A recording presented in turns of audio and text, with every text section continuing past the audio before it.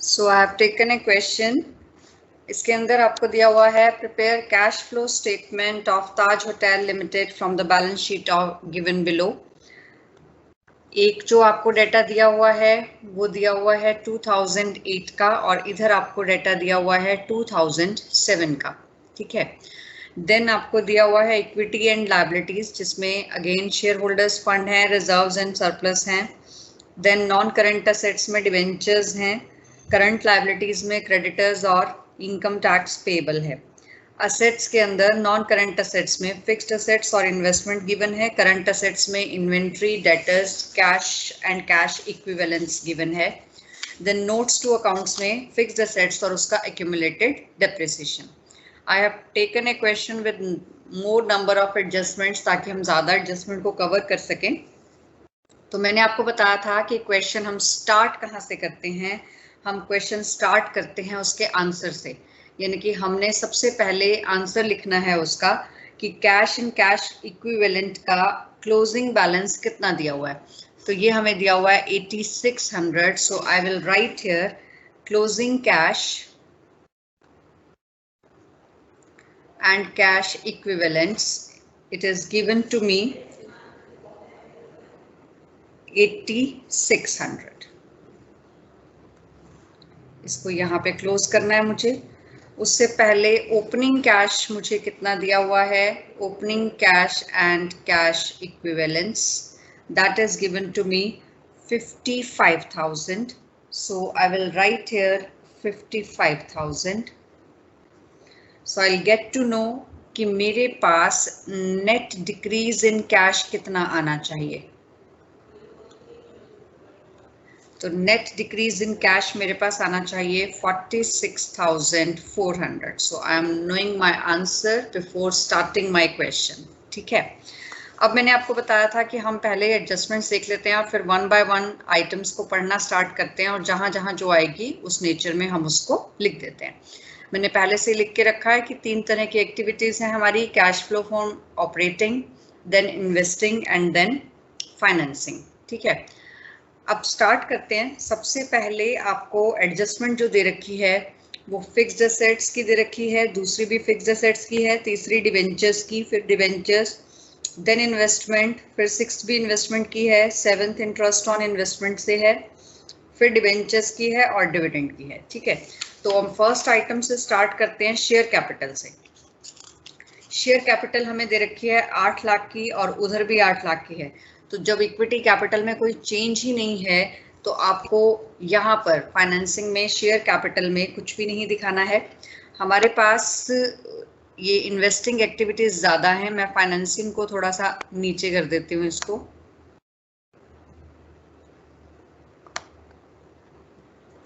Okay, अब देखिए आप सबसे पहले मेरे को दिया हुआ था शेयर कैपिटल, वो ले लिया मैंने। देन रिजर्व्स एंड सरप्लस है मेरे पास 953,600। सो 9 ये मैं यहाँ पे लिख के दिखा रही हूँ, फिर मैं इसको रब कर दूंगी। 9,53,600 मुझे दिया हुआ है प्रॉफिट और उससे पहले का प्रॉफिट है मेरा 9 लाख। तो इसका मतलब मेरे पास प्रॉफिट्स कितने हैं 53,600। मुझे चाहिए होते हैं नेट प्रॉफिट बिफोर टैक्स। तो नेट प्रॉफिट बिफोर टैक्स निकालने के लिए मुझे इसमें अगर मैंने कोई भी डिविडेंड दिया है, टैक्स प्रोविजन दिया है, जनरल रिजर्व में ट्रांसफर किया है तो वो ऐड करना पड़ेगा। तो आप देखिए इनकम टैक्स मेरे पास कितना दिया हुआ है। इनकम टैक्स मेरे पास क्वेश्चन में इनकम टैक्स पेबल दिया हुआ है 41,000 एंड 28,000। कल मैंने आपको बताया था कि अगर कोई एडजस्टमेंट गिवन ना हो तो जो लास्ट ईयर का होता है वो हम पे करते हैं और जो करंट ईयर का होता है उसको हम क्या करते हैं, प्रोविजन मानते हैं। तो जो प्रोविजन होता है वो हम यहाँ पर ऐड कर देते हैं क्योंकि वो हमने कैश में पे नहीं किया हुआ। तो 41,000 टैक्स प्रोविजन मेरा आ जाएगा यहाँ पर। इसके अलावा यहाँ पर एडजस्टमेंट्स में मुझे डिविडेंड दिया हुआ है। लास्ट एडजस्टमेंट है dividend at the rate of 15% was paid during the year and along with 12,000 dividend tax। तो कैपिटल कितने की थी, 8 लाख की। 8 लाख का 15% हो गया 1,20,000 का, इसका मतलब मैंने डिविडेंड पे किया। 1,20,000 का डिविडेंड पे कर दिया और डिविडेंड टैक्स मेरा लगा 12,000, तो मेरे नेट प्रॉफिट बिफोर टैक्स कितने आ गए? 2,26,600। ये बात समझ में आई कि नहीं आई? Yes ma'am. अब इसी बात को पूरा करते हुए यहाँ लिखने से पहले यहाँ पे इसमें हमने जो जो एडजस्टमेंट लिए हैं हम उसको पहले कंप्लीट कर लेते हैं। हमने यहाँ पर लिया 41,000 का टैक्सेशन प्रोविजन, तो मैंने आपसे कहा कि जो 28,000 है वो क्या हो जाएगा, हमारा टैक्स पेड हो जाएगा, और टैक्स हम ऑपरेटिंग एक्टिविटीज में लास्ट में पे करते हैं, तो हम यहाँ पर लिख देते हैं टैक्स पेड। दूसरी बात, ये जो डिविडेंड थी, डिविडेंड जो हमें मिल रहा है यानी कि जो हमने डिविडेंड पे किया है, जितना हम फाइनेंस इकट्ठा करते हैं, मैंने आपको बताया था कि अगर हमें फाइनेंस हमने लिया है और उस पर हम डिबेंचर का इंटरेस्ट दे रहे हैं या शेयर्स पे डिविडेंड दे रहे हैं, तो वो यहीं पर दिखाया जाता है। तो हमने डिविडेंड पे किया है तो हम वो यहीं दिखाएंगे, डिविडेंड पेड विद टैक्स। मैं इकट्ठा लिख रही हूँ यहाँ पर, तो मैंने 1,20,000 का डिविडेंड पे किया है और 12,000 का टैक्स पे किया, तो 1,32,000 मेरा यहाँ आ जाएगा। यहाँ तक कोई कंफ्यूजन? No ma'am. ओके, तो अब मेरे पास जो प्रॉफिट्स आए थे, नेट प्रॉफिट बिफोर टैक्स, वो मैंने लिखने हैं 2,26,600 जो मैंने यहाँ पे निकाले हैं।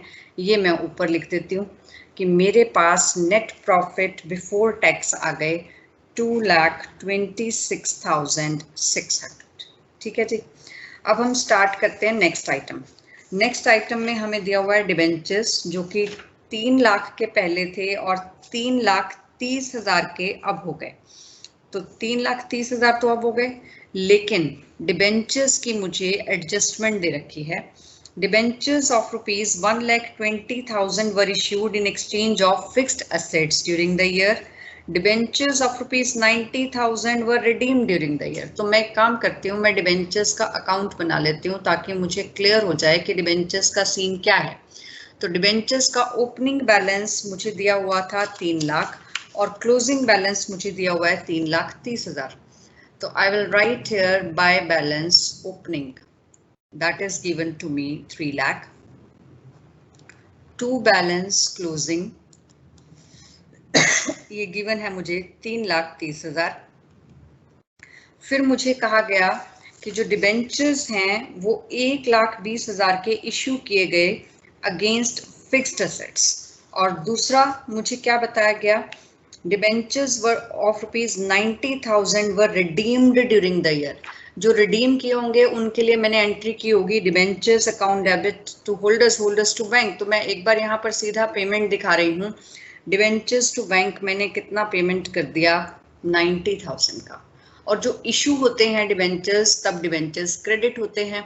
तो अगर मैंने कैश में इशू किए होते तो एंट्री की होती cash account debit to debentures या bank account debit to debentures. अब मैंने असेट के बदले में किए हैं तो मैं लिखूंगी fixed asset account debit to debentures 1,20,000। तो 3,30,000 एंड 9 लाख, ये मेरे पास हो गया 4,20,000, और ये भी मेरे पास है 4,20,000। तो मेरे पास यहाँ पर कहीं से किसी भी तरह का कैश इशू ऑफ डिबेंचर्स नहीं है, लेकिन डिबेंचर्स का पेमेंट है। तो फाइनेंसिंग एक्टिविटीज में I will show debentures redeemed. कितने के डिबेंचर्स रिडीम कर दिए मैंने, 90,000 के डिबेंचर्स रिडीम कर दिए। ठीक है, ये दिखा दिया मैंने। अब डिबेंचर्स मैंने 90,000 के ये पे किए हैं, इसी में 8th एडजस्टमेंट में मुझे दिया हुआ है debenture interest paid during the year was 42,000। तो जब मैं शेयर्स का डिविडेंड यहाँ दिखा रही हूँ तो डिबेंचर्स का इंटरेस्ट भी तो दिखाऊंगी यहाँ पर। तो डिबेंचर्स का इंटरेस्ट मैंने पे किया कितना, 42,000। अब मैंने आपको समझाई थी ये बात कि जब मैंने फाइनेंस एक्टिविटीज के बारे में बात की तो मैंने वहीं पे दिखा दिया कि इतना फाइनेंस मेरे पास आया और इतना मैंने उस पे खर्चा किया, वो मैंने पे कर दिया। तो जब यहाँ हम सिर्फ कैश फ्लो की बात कर रहे हैं, आने, कैश के आने और कैश के जाने की, तो मैंने 42,000 का इंटरेस्ट यहाँ से माइनस कर दिया है।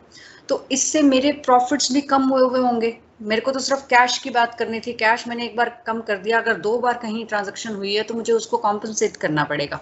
तो डिबेंचर का इंटरेस्ट मेरा यहाँ पर प्रॉफिट्स में से जो माइनस हुआ है वो मैं ऐड कर दूंगी, non cash item, add interest on debentures, that is 42,000। ठीक है, अब मेरा डिबेंचर का अकाउंट कंप्लीट हो गया। डिबेंचर से रिलेटेड एंट्री में मैंने एक एंट्री की हुई है, डिबेंचर्स टू फिक्स एसेट, जो फिक्स एसेट्स में जाएगी, बस ये रहती है। ये जब हम फिक्स एसेट की बात करेंगे तो वहाँ लिखेंगे, तो मैं इसको सर्कल कर देती हूँ कि ये पेंडिंग है अभी। ठीक है, अब इसके बाद नेक्स्ट आइटम पे आते हैं। बैलेंस शीट में से हमारे पास शेयर कैपिटल, रिजर्व्स और डिबेंचर्स हो गए। नेक्स्ट है मेरे पास क्रेडिटर्स, जो 2,82,000 से हो रहे हैं 2,29,000, तो डिक्रीज हो रहे हैं। डिक्रीज इन क्रेडिटर्स है, माइनस हो जाएगा, लेस कर देंगे हम डिक्रीज इन क्रेडिटर्स, और ये अमाउंट आ रही है मेरे पास 53,000 की, तो इसको हम माइनस कर देंगे। क्रेडिटर्स के बाद नेक्स्ट आइटम है मेरे पास इनकम टैक्स पेबल, जो मैं ऑलरेडी ट्रीट कर चुकी हूँ। ठीक है, तो मेरी लायबिलिटी साइड बैलेंस शीट में से कंप्लीट हो गई। Coming to the asset side, fixed assets दे रखी हैं मुझे, और फिक्स्ड एसेट्स का नोट्स टू अकाउंट्स भी दे रखा है।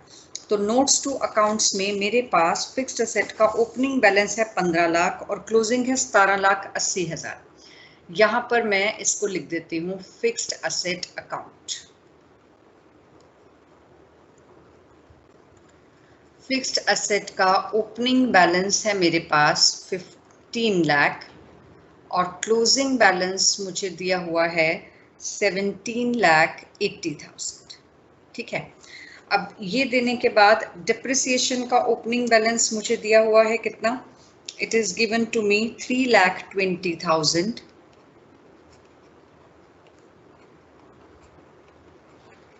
और क्लोजिंग बैलेंस मुझे दिया हुआ है 4,70,000। ये बैलेंस हो गए मेरे पास। ठीक है, अब देखिए मैंने आपको कहा था ये एंट्री मेरी अभी पेंडिंग है, तो मैंने एंट्री की हुई है fixed asset account debit to debentures, तो डिबेंचर्स में लिख दिया by fixed assets. Fixed assets में मुझे लिखना पड़ेगा टू डिबेंचर्स 1,20,000। ये एंट्री मेरी यहाँ पर आ गई। अब मैं पहली एडजस्टमेंट पढ़ रही हूँ। Fixed asset costing rupees 17,000 were sold during the year for 10,000। मैंने 10,000 की एसेट बेच दी बाय बैंक 10,000, जिसके ऊपर डिप्रिसिएशन लगा था मेरा 17,000 का। इसकी बुक वैल्यू थी मेरी 40,000 कॉस्ट थी, 40,000 में से 17,000 का डिप्रिसिएशन कट गया, वैल्यू बच गई 23,000। 23 वाला मैंने 10 में बेच दिया, तो मेरे पास लॉस कितना आ गया 13,000 का। तो by loss on sale of asset हो गया मेरे पास 13,000। अब जो बैलेंसिंग फिगर आएगी वो मेरी आ जाएगी purchase of fixed asset balancing figure. ये आ गई मेरी कितनी 2 लाख। समझ में आया fixed asset account?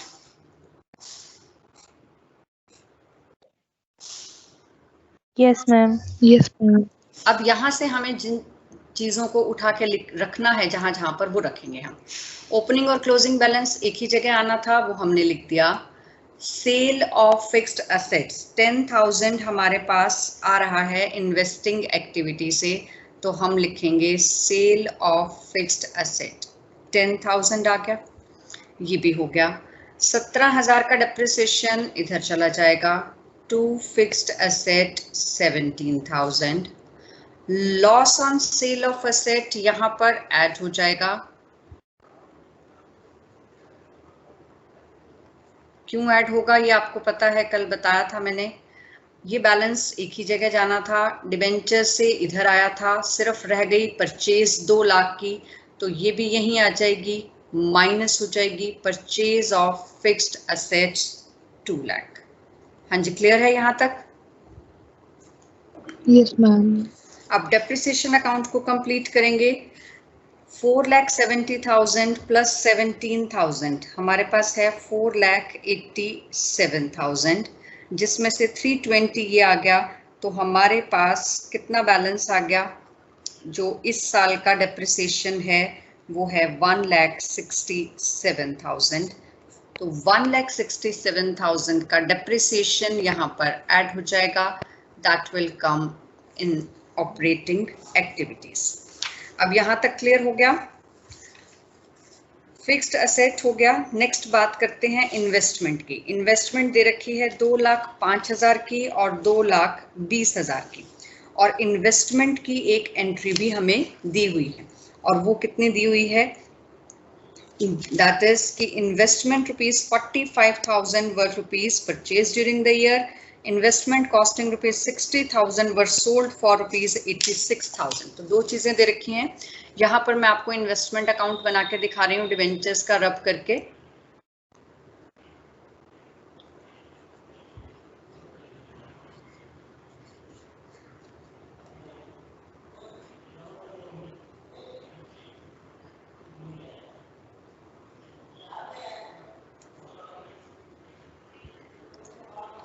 Investment account, investment account का ओपनिंग बैलेंस देखिए कितना दिया हुआ है आपको, इट इज 2,20,000 और क्लोजिंग बैलेंस है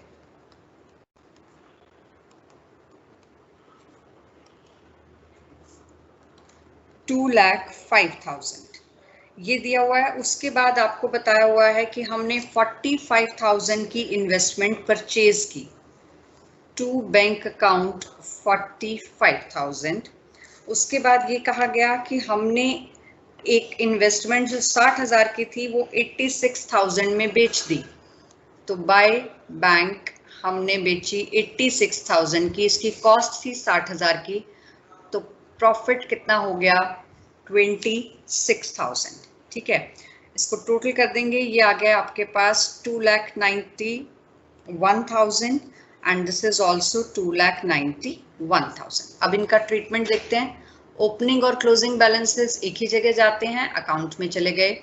बाय बैंक 86,000 हमारे पास है, जो कि इन्वेस्टमेंट की क्या है?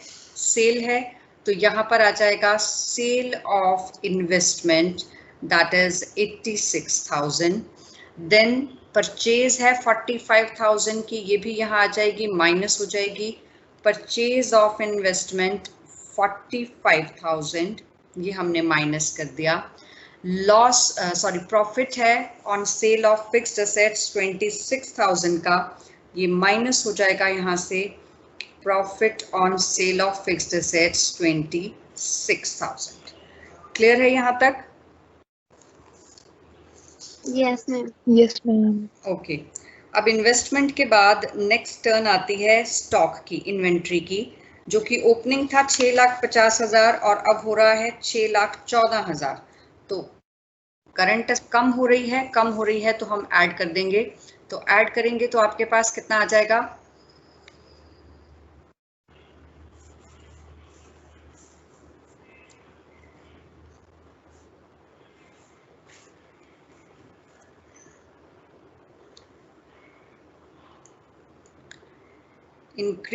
डिक्रीज इन इन्वेंट्री, और ये कितनी है आपके पास? 36,000, ये प्लस हो जाएगी। अब इन्वेंट्री के बाद नेक्स्ट आइटम दिया हुआ है डेटर्स, जो कि 2,05,000 से इंक्रीज होके 2,16,000 हो रहे हैं, तो माइनस कर देंगे इंक्रीज इन डेटर्स, और डेटर्स हैं हमारे पास 11,000 के, ये माइनस हो जाएंगे। ये माइनस होने के बाद इधर से असेट्स की आइटम्स हमारी खत्म हो गई, कैश हम ऑलरेडी लिख चुके हैं, so we will check on all the adjustments की कोई रहती तो नहीं। पहली हो गई फिक्स्ड असेट्स वाली कंप्लीट हमारी, फिक्स्ड असेट्स परचेज डिबेंचर्स भी हो गया, 90,000 के रिडीम कर दिए, इन्वेस्टमेंट कॉस्टिंग भी हो गया। यस, 7th एडजस्टमेंट बाकी है हमारी। Interest on investment received during the year 8,000 interest on investment receive हुआ है, तो यहाँ पर कैश आएगा, तो हम इधर लिखेंगे इंटरेस्ट ऑन इन्वेस्टमेंट 8,000। बट क्योंकि इंटरेस्ट हमने यहाँ पे कैश इसका ट्रीटमेंट कर दिया, तो हमने प्रॉफिट्स भी जो हैं अपने बढ़ा रखे होंगे, तो वहां पर हमें इसको माइनस करना पड़ेगा। Interest on investment 8,000। Now all your adjustments are complete. इसका बैलेंस निकाल के आप बाहर लिख देंगे, तो ये आपके पास आ जाएगा 3,58,600। ये आ गया कैश फ्रॉम ऑपरेटिंग एक्टिविटीज। इसका बैलेंस निकालोगे, ये लॉस आ रहा है cash lost in investing activities 1,41,000। Then आपके पास आ रहा है cash lost in financing activities, that is 2,64,000। इन तीनों को एडजस्ट करोगे तो ये आ जाएगा। ऑलरेडी आपने ओपनिंग कैश लिख के रखा है, तो बैलेंस आपके पास आ जाएगा क्लोजिंग कैश। हाँ जी, समझ में आया? Ma'am interest on investment operating activities में से लेस क्यों हुआ है? हाँ जी, बताते हैं आपको। इंटरेस्ट ऑन इन्वेस्टमेंट हमारी जब भी हमने इन्वेस्टमेंट की होगी, हमने कहा कि हम उससे रिलेटेड चीजें वहीं दिखा रहे हैं, यानी कि फाइनेंस से रिलेटेड चीजों को फाइनेंस में दिखा रहे हैं। अगर हमने फाइनेंस किया था तो हम पेमेंट यहाँ दिखा रहे थे, जब इन्वेस्ट किया तो इंटरेस्ट यहाँ दिखा रहे हैं कि इंटरेस्ट आया। अब हम यहाँ पर कैश फ्लो की बात कर रहे हैं, तो जिस वक्त इंटरेस्ट आया हमने यहाँ निकाल के दिखा दिया कि भाई हमारे पास कैश 8,000 रुपये का इनफ्लो हो रहा है।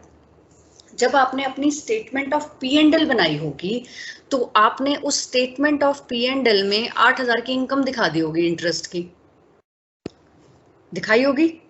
Yes ma'am. जो कि ऑपरेटिंग इनकम नहीं है, इन्वेस्टमेंट से आई है। वो इन्वेस्टमेंट की इनकम है, ऑपरेटिंग इनकम तो नहीं है वो। yes, तो हमने जहां पर वो आनी चाहिए थी इन्वेस्टिंग में, वहां 8,000 दिखा दिया, लेकिन ऑपरेटिंग में वो ऑलरेडी ऐड हुई थी प्रॉफिट्स में, इसलिए उसमें से उसको माइनस कर दिया। Okay ma'am. समझ में आया? Yes ma'am. हाँ जी, एनी अदर क्वेरी?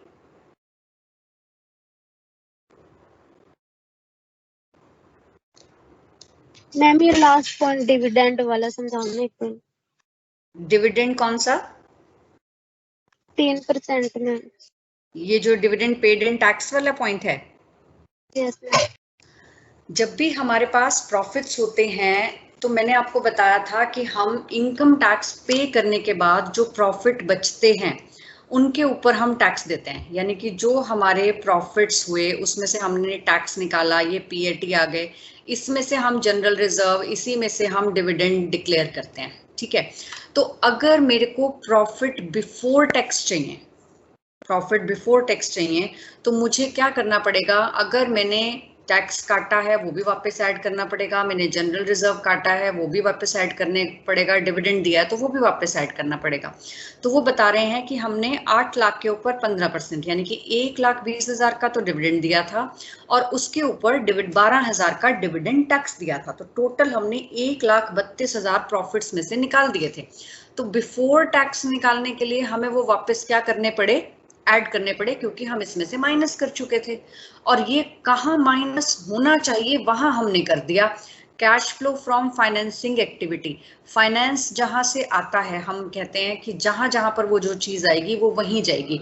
तो अगर हमने फाइनेंस इश्यू ऑफ शेयर्स यहाँ लिए हैं, डिवेंचर्स यहाँ लिए हैं, तो उनका डिविडेंड और उनकी पेमेंट इंटरेस्ट की हम यहीं लिखते हैं।